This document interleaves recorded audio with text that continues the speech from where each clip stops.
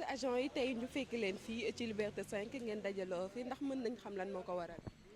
waaw li waral daje bi mooy ba collectif boobu ma lim léegi mooy les ex agents de la SOTRAC ak de la SIAS et de AMA Sénégal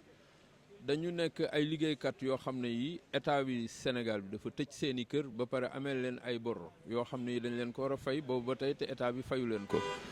boo jëlee ñu mel ni SOTRAC l'état nous doit un reliquat de 9 milliards 114 millions sur les 14 milliards qu'il nous devait. boo xoolee waa SIAS état baa ngi leen ameel 1 milliard 500 millions boo xoolee waa AMA Sénégal état baa ngi leen ameel 2 milliards loolu boo ko dajalee muy nekk une bagatelle de 13 milliards et quelques loolu nag moom la ñuy daje pour réclamer ko à l'état parce que c'est un dû dafay nekk loo xam ne lii du dañ koy waxtaane wala dañ koy ñaan wala dañ koy lewaytu wala dañ koy kii non état moo ñu ko ameel parce que suñu ay droit la yu ñu war a fay te fayuñu ko. ñu topp ci nag boobu ba tey di daw boo xoolee lu mel ni SOTRAC moo ci gën a yàggale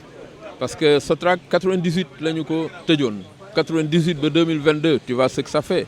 booba ba tey wax dëgg yàlla ñu ngi topp ci état di daw te état mënuñoo jox suñu alal loolu nag amul dara benn forme manifestation boo xam ne bii defuñu ko grève de la faim la ñu bii mooy on était à notre 3e grève de la faim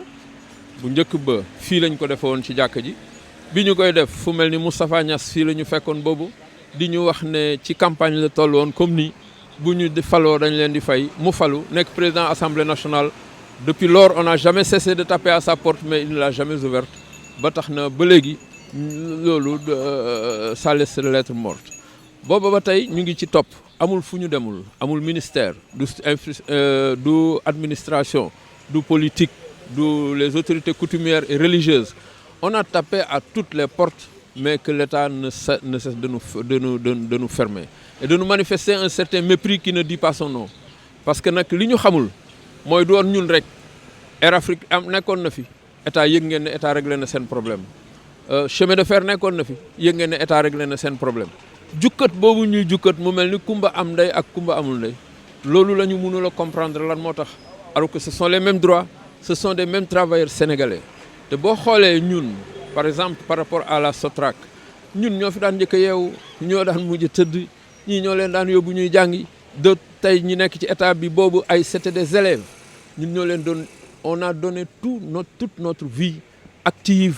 à cette nation di def suñu ay devoir boo xoolee AMA Sénégal ak SIAS par rapport à l'assainissement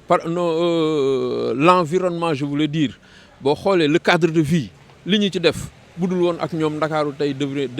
Dakar allait devenir invivable te ce sont des métiers yoo xam ne nit ñi dañ ci nekk daan ko def à cœur joie pour rendre le cadre de vie adéquat et acceptable mais tey defoon nañ ne leneen moo war a nekk njukkalu état bi ci ñun lu dul di ñu faye di ñu traîner et boo xoolee jataay bi li fi nekk ay mag ñoo xam ne ñii kii mu ngi wax léegi ne il a 74 ans man maa ci gën a nekk xale boo xoolee j'ai 63 ans ñu leen mag ñoo nekk ci biir jàkk ji tëdd nekk ay grévistes bu fekkente ne loolu amuloo benn njukkal boo leen def vraiment jaaxle woon yaakaaroon nañ ne état bi du ñu réserver lii mais nag comme amuñu benn moyen de pression parce que boo xoolee la grève de la faim mooy le moyen ultime buñ ñu mën a am amul lu ñu deful sit-in nañu marche nañu point de presse nañu conférence de presse nañu on a fait les plateaux Seneweb bii def nañ ko ñaar ou ñetti yoon j'ai été reçu en plateau suba teel xam nga ndekki li des choses comme ça j'ai été reçu amul plateau bu ñu deful dans les médias sénégalais mais dara ba tey et on ne parvient pas à comprendre. D'accord tey jii ñaata agent ngeen toll ak bor bi nga xamante ne moom lañ leen amel ci yan jafe-jafe la leen dugal. Rien que la SOTRAC fait 2196 agents et les conditions dans lesquelles nous sommes aujourd'hui ay conditions la yoo xam ne état si précaire que mosuñoo gis un bilan aussi macabre que celui de la SOTRAC mosuñoo gis un bilan aussi sombre que celui de la SOTRAC boo xoolee kër yi tas boo xoolee njaboot yi tasaaroo boo xoolee jàng yi yàqu boo xoolee feebar yi mënul faju ba dee fekk leen ci boo xoolee ñi nga xam ne aujourd'hui c'est des invalides boo xoolee ñi nga xam ne même c'est des clochards nekk ay buujumaan ñu di leen dis ci dans les poubelles de la ville de Dakar te ñu nekkoon ci ñun c'est une situation indescriptible loo xam ne état moo ñu ci dugal ñu nekk ay impacté yoo xam ne yi vraiment l'état comme moo ñu ci dugal moom moo ñu def ay impacté moo waroon a régler loolu mais defuñu ko ñun on nous a laissé en rade non seulement on nous a laissé en rade mais on sent dañuy yëg état di régler yeneen problème yoo xam ne du ay bor du dara mais état moo décidé subventionner ay nit di génn ay 40 milliards di recenser ay nit ñoo xam ne ñii c'était pas évident du tout di leen jox ay xawma lan ay ndàmpaay ci loo xam ne lii mais alors que ñun l'état nous doit ay bor la c'est des droits yoo xam ne yii wax dëgg yàlla bu s'il y avait cette volonté politique kon loolu réglé woon nañ ko bu yàgg léegi nag ñun amuñu benn moyen de pression wala boog amatuñu moyen de pression bu fekkonte ne jamono yi ñuy yor suñuy car la wala bu fekkonte ne jamono yi SIAS ak AMA Sénégal di yore les voitures de ramassage des ordures à Dakar kon on allait procéder autrement mais amatuñu fi mu nekk nii leneen lu dul ñun suñu ay vies mais c'est des vies de vieillards c'est des vies de vieux hommes qui ont tout donné à cette nation léegi ñoom la ñu obligé mais teg ko ci tali bi jaay ko état bi pour ñu mën ñu fay suñu ay droits parce que amatuñu benn choix